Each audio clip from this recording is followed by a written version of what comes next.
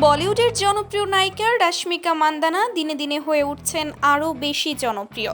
রূপ ও গুণের মেলবন্ধনে এই অভিনেত্রীকে ঘিরে দর্শকদের আগ্রহ সবসময়ই তুঙ্গে।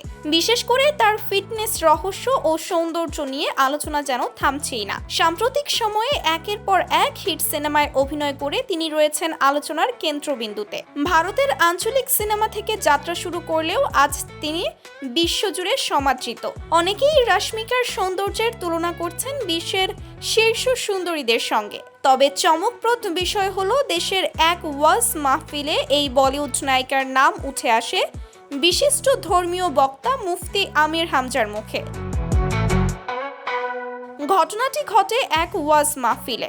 সৃষ্টিকর্তার নিখুঁত সৃষ্টির উদাহরণ দিতে গিয়ে আমির হামজা বলেন, বিশ্বে যত সুন্দর মানুষ আছে আপনারা ইন্টারনেটে খুঁজে দেখুন।